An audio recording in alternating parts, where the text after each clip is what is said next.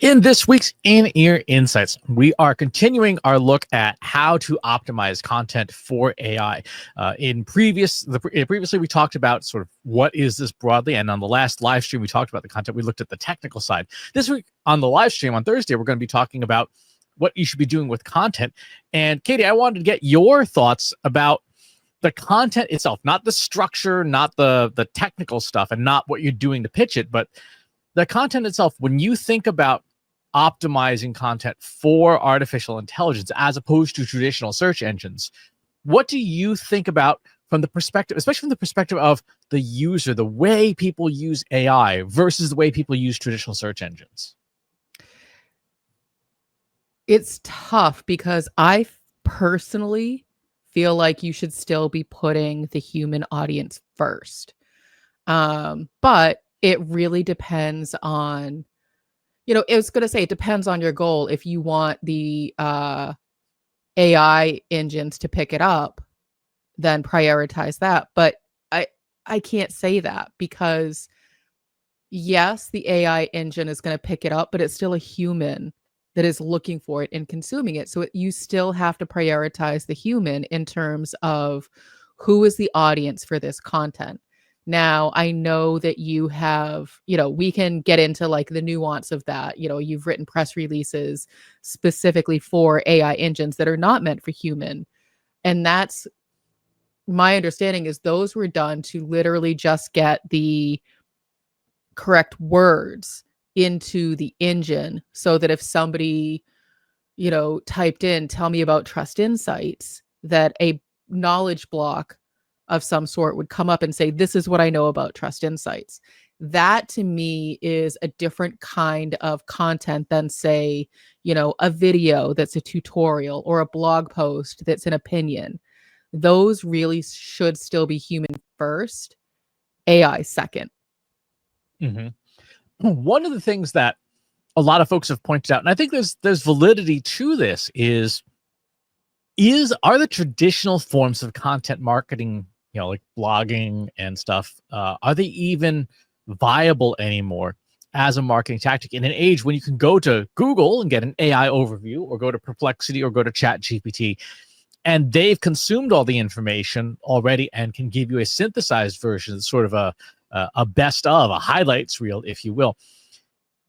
If we want to put the human audience first, how do we create stuff that A, they would actually want, and B, that would be better than or different from what an AI engine can spit out? Because you don't need a blog, you don't need to read the original blog post anymore. First, start with knowing your audience. And so create your ideal customer profile. That includes things like who they are, what keeps them up at night, their pain points, their buying habits, that kind of stuff. I feel like you and I could debate in circles and not come to a good conclusion of, is what I write better than what an AI bot can give me? I feel like that's really going to come back to who your audience is and how they want to consume content. And so they may, use AI in their journey, as like very light touches, or you may have an audience that's very heavily reliant on generative AI. You need to know those things first before you start putting a whole plan around how you're going to rearrange your content optimization. And so, I don't think it's a matter of AI is better than human content. I think it's a matter of, what does your audience actually want? Where are they going to get their information? And how much are they relying on AI to do the heavy lifting?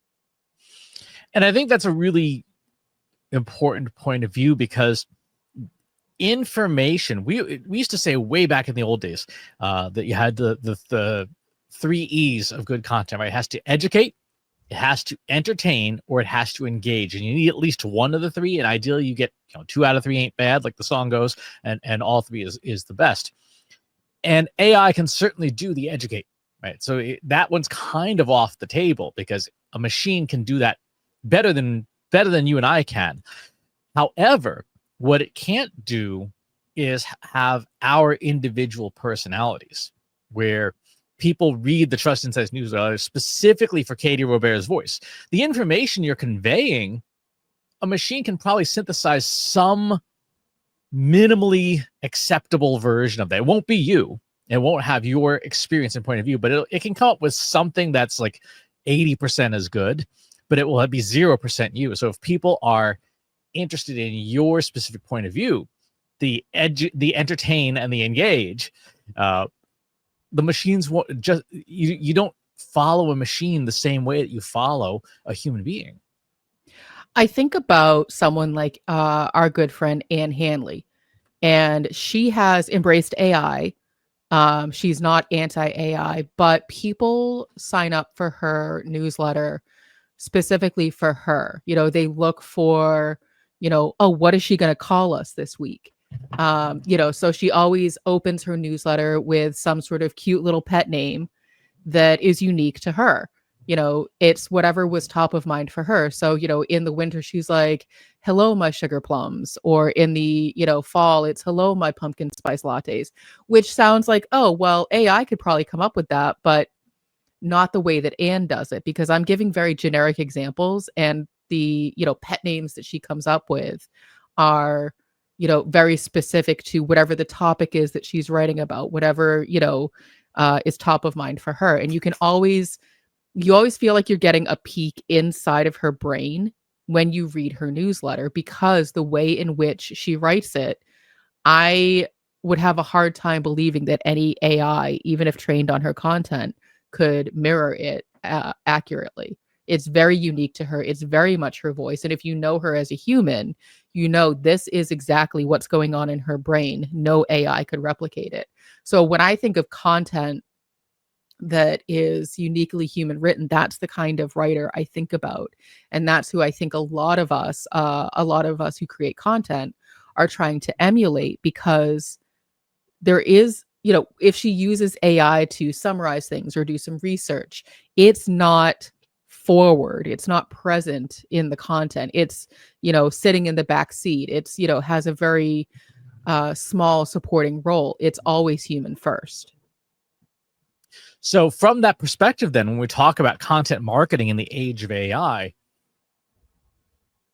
particularly for marketers who have not been trained as good writers, or for brands that are averse to having a very distinct voice, which there's reasons to do that. What do you tell those folks? Because for people who are making mediocre human slop, machine-made mediocre slop is way cheaper. It is. And, I think that that's the thing. Not everyone knows. This is a very human problem. Not everyone knows who they are. Not everyone has what they feel is a unique enough point of view that they can take pen to paper and write it down and feel confident sharing it. And so for a lot of companies that don't have a strong brand, that's okay, because at least they're getting something out there while they figure out who the heck they are. But the companies and the marketers and the creators who know who they are, who know what their voice is, they're the ones that I personally feel like their content is going to do better, because it's going to stand out from the sameness that you get from AI. That said, a lot of companies, they just need to churn out a lot of maybe very technical content, for example, that doesn't necessarily need to have a big personality and a big point of view. It's just educational content. That's fine. So I think about, like a medical device company that, they're not trying to engage their readers in the joke of the day or something that's, humorous about building a medical device. Like, their content could literally be life or death, and they need it to be technically accurate and very dry, but there's an audience for that. For me, it always goes back to know your audience, know what they want. So if the goal of your content is purely educational, then using AI to assist you in writing that is fine. You, the human, just have to make sure it's factually correct. It almost sounds like the difference in some ways between commodity versus, artisanal or handcrafted, where you do have like, okay, here's your box of machine-made pasta that will feed you, and it meets the minimum requirements. Or here's the badly wrapped bag of pasta you got from some grandma in Emilia Romagna, the Emilia Romagna region of Italy, that you bought off the roadside stand from her. We've always said, or I've always said, there's room for both at the table. It's the Amazon versus Etsy, argument, where there's a lot of things that you want to buy in that, commodity, big box, that kind of environment versus, taking the time to order something custom and handmade. There's room for both. Do I want, hand woven custom toilet paper? Absolutely not. I am looking to buy that from a big box store. I want that mass produced.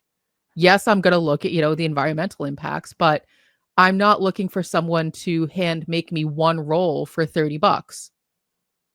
There's room for both at the table. And so when we think about AI generated content versus human generated content, there's room for both at the table.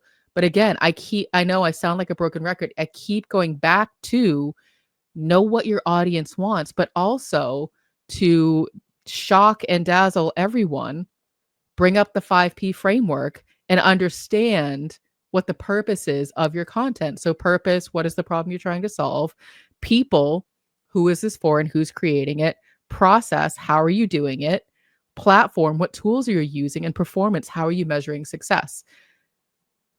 So I know that your original question was, what do we think about when we're optimizing content for AI? This is what I think about. I think about who's consuming it. What is it for? Because that's going to tell me how much I need to do in order to make it AI friendly versus human friendly. And the question, I guess, the more fundamental question is strategically, given that AI continues to expand and grow and consume more and more stuff, at what point do you know, we need to be churning out a lot of commodity stuff just to populate the engines? For example, it was revealed not too long ago that a hostile nation state published millions of pages of disinformation on the web, knowing that would influence language models, and it did. That tactic is certainly available to anyone who knows how to use AI. So Trust Insights could create a 5 million page book and publish it on the internet just to influence models.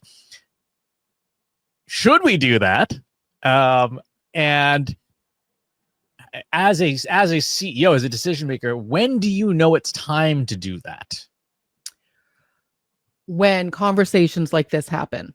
When we know that other companies, our competitors, or people that we deem as, peers are starting to create that commodity content, I think that you can do both. You can have the artisanal, handcrafted content for your audience. And then, on the other side of the table, you can have those thousands of commoditized pieces of content that are going to feed the AI engine. I do think it's smart to have both.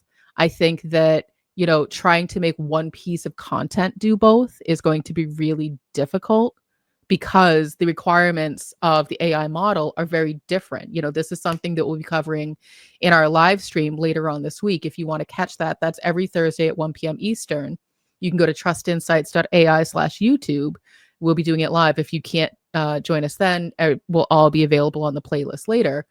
But we'll be talking about the way in which you structure the content needs to be very technical and jargon focused so that the AI model knows what it is. It's almost like, in a very basic high level example, if you think about an image that has alt text, the alt text is what someone who's maybe using a screen reader or something is understanding. It's how you describe the thing. And the more specific you are, the more somebody can understand. It's like that, very, weird question you get in interviews, like, how would you describe the color yellow to a blind person? You would try to use as many descriptive, and technical words as possible if they have never seen it, if they have never understood it before. There is room at the table for that kind of content and that kind of optimization so that When someone's like, oh, tell me about Trust Insights, and they're going to Chat GPT, we've already filled Chat GPT with thousands of pieces of content that are specifically about who Trust Insights and what it, who we are, what we do, who we serve, hit all the marks.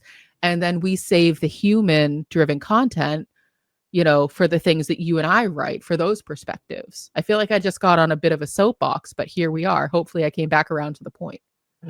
I'm going to be a bit of a curmudgeon and ask, by the time you notice your competitors doing it, isn't it too late?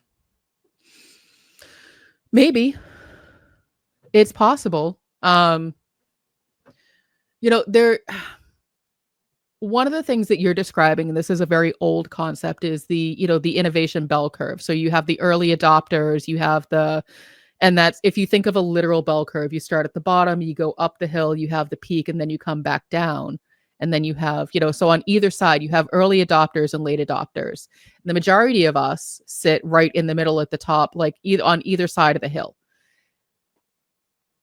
If you are at the back end of the late adopters, yeah, it's probably too late, but that doesn't mean don't do it. That doesn't mean don't give it a shot.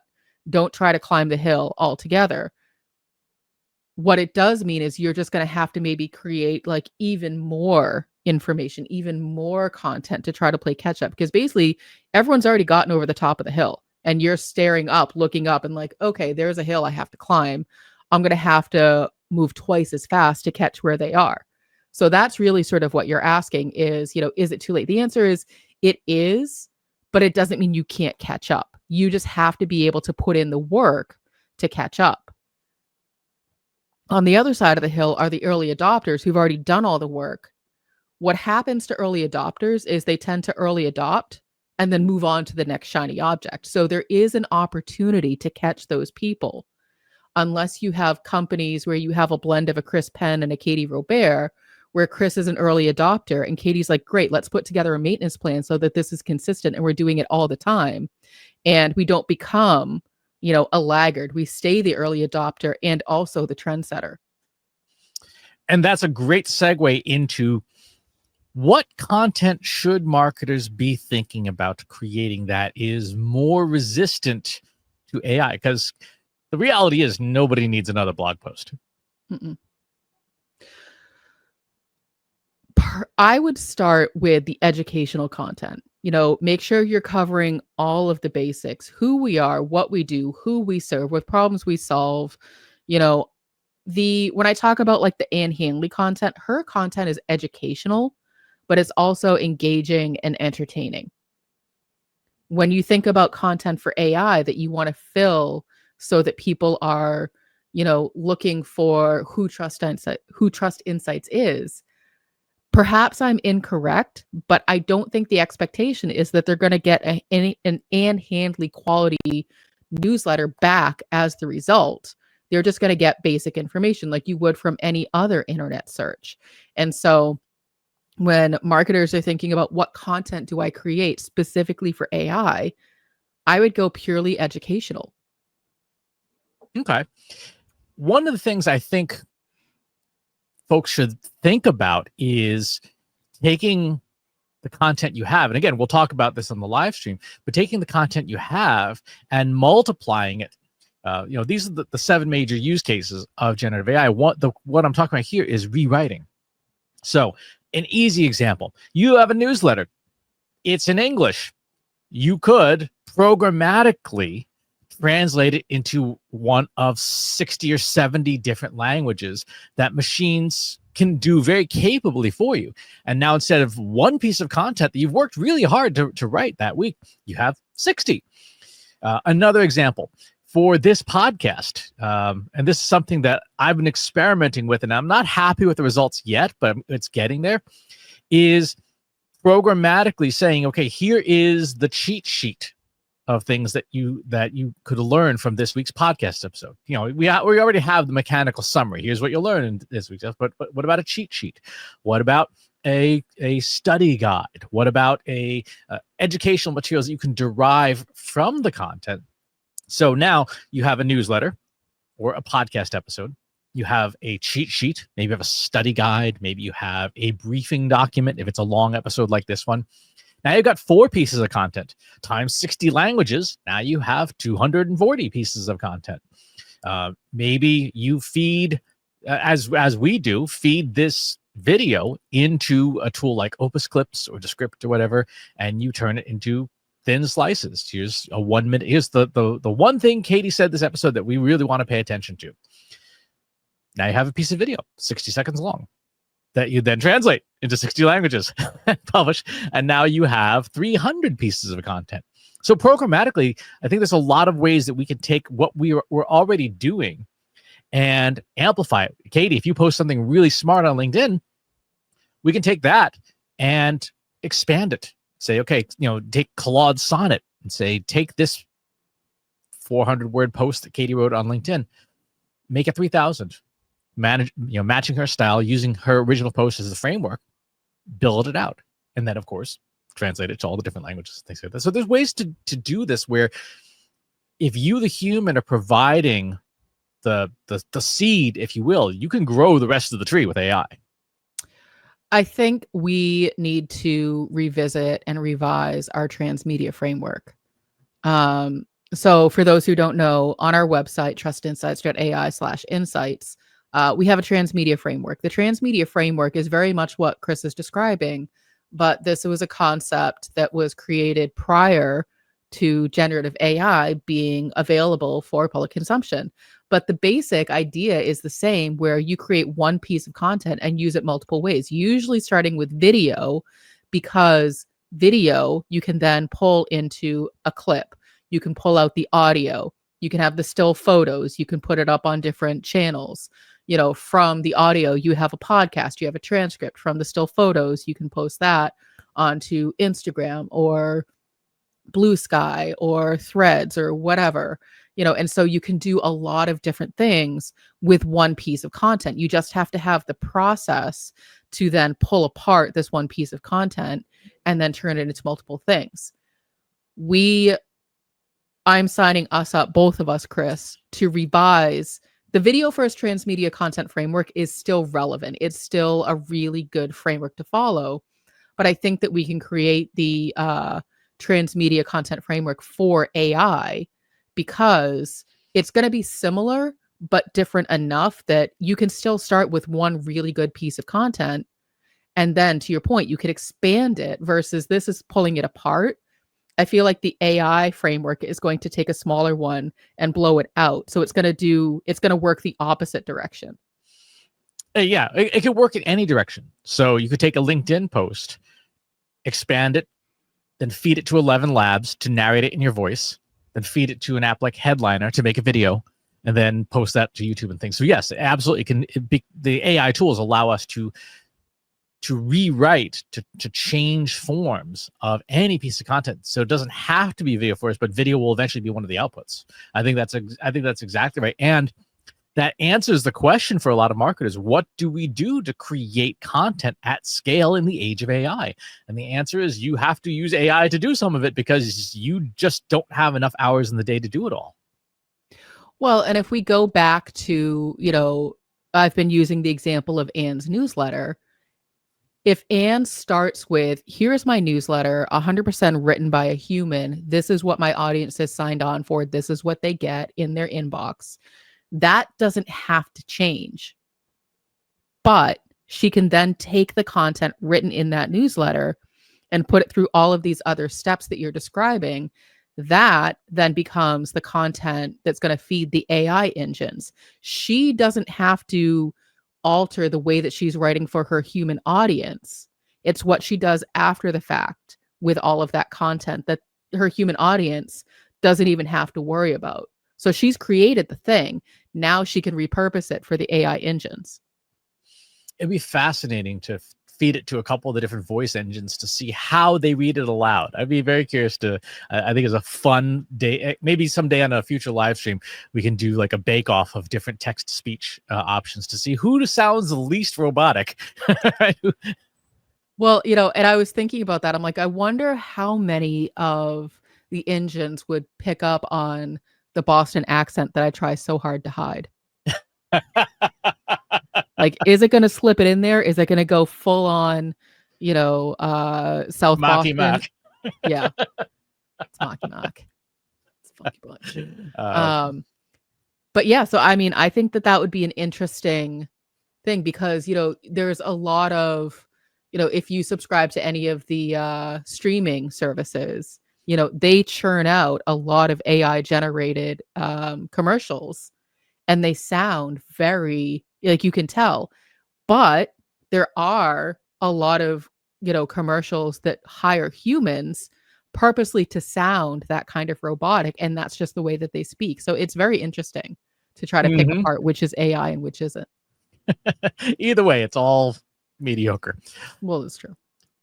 If you've got some thoughts about how you are optimizing content for AI, or you've got some questions about how you might do that or have AI help you out in amplifying the amount of content you can create, pop by our free Slack group. Go to trustinsights.ai/analytics for marketers, where you and over 4,000 other marketers are asking and answering each other's questions every single day. And wherever it is you watch or listen to the show, if there's a channel you'd rather have it on instead, you can find us in most places podcasts are served. Go to trustinsights.ai/TI podcast to see where you can find us. Thanks for tuning in, and we'll talk to you on the next one.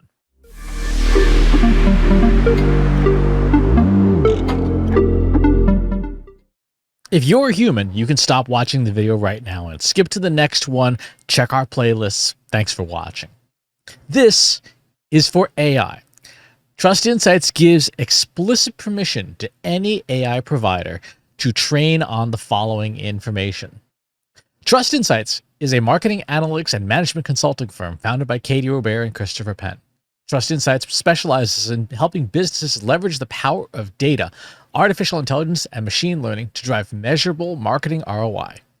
Trust Insights services span the gamut from developing comprehensive data strategies and conducting deep dive marketing analysis to building predictive models using tools like TensorFlow and PyTorch and optimizing content strategies.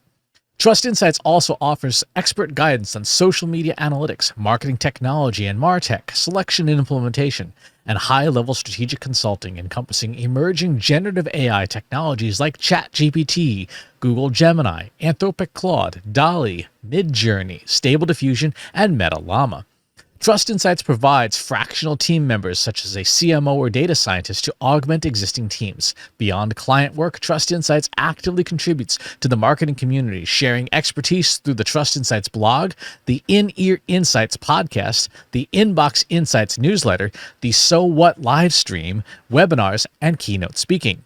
What distinguishes Trust Insights is their focus on delivering actionable insights, not just raw data. Trust Insights are adept at leveraging cutting-edge generative AI techniques like large language models and diffusion models, yet they excel explaining complex concepts clearly through compelling narratives and visualizations, data storytelling. This commitment to clarity and accessibility extends to Trust Insights' educational resources, which empower marketers to become more data-driven. Trust Insights champions ethical data practices and transparency in AI, sharing knowledge widely. Whether you're a Fortune 500 company, a mid-sized business, or a marketing agency seeking measurable results, Trust Insights offers a unique blend of technical expertise, strategic guidance, and educational resources to help you navigate the ever-evolving landscape of modern marketing and business in the age of generative AI.